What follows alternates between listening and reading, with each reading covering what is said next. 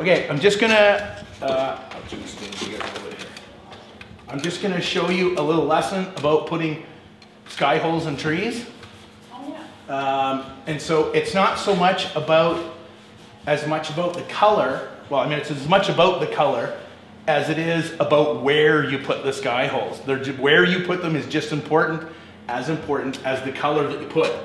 So, where you put a sky hole is in between the growth of the tree. So basically, a tree starts out as, let's say, a stick. So we got a little stump of a stick. And then what happens is, these little branches grow off there. And what happens is you end up with basically a bouffante part of a tree, and perhaps here, another bouffante part of a tree. So you end up with, basically, the little tree, you have two bouffante sections of a tree. And so that's just a little tree. But what happens is, as the tree grows, and these leaves fill out, and it gets enough food, then what you find happens is, you get another little stick that grows out. And what happens? You get a whole new bouffante part that shows up on the tree. As it's getting to be more of an adult tree, you get another bouffante part that's in the tree here.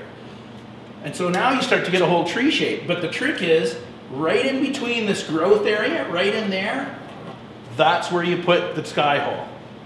So what you'll notice on a tree is, when you get the one bouffante part, usually you get another little stick growing out. Here's the trunk. So you have a bouffante part there. You end up with another bouffante part there, and usually another one, and a third one up there. That's how tree grows, and you'll see these little spaces, and when you look at the structure of a tree, you'll start to see, oh, here's a whole big section of bouffanteness on my tree. Then there's like another littler one, and another littler one at the top. Because up here, what happens is, you'll get this sort of new little one, and it'll start growing a little one out here too, and maybe another one will grow out of there, right? So you end up with a tree that starts getting bouffante like this. So you get a whole giant bouffante tree that grows, and in between here and up here, that's where you want to paint your sky hole. So if you put your sky in behind the tree here like this,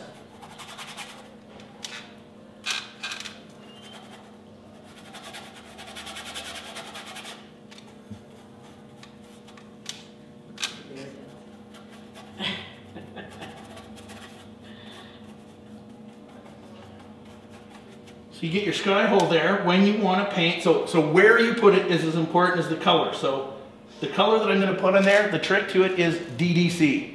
Darker, duller, and cooler. Okay, so you cannot use the exact same sky color to put the sky holes in. If you use the same color as this will pop against this dark, because small little areas look brighter than they are against the dark area. Darker, duller, and cooler. DDC. So it just needs to be slightly darker than what's there. So you add, really all you need to do is add a little bit of blue to your color. Actually, what you need to do is add too much blue to your color, and then put a little white back in it to lighten that up so it's not too dark. But by darkening it with the blue, it makes it bluer, it makes it darker, and then you need to lighten it just slightly. White will gray it as well. So you'll get darker, duller, and cooler.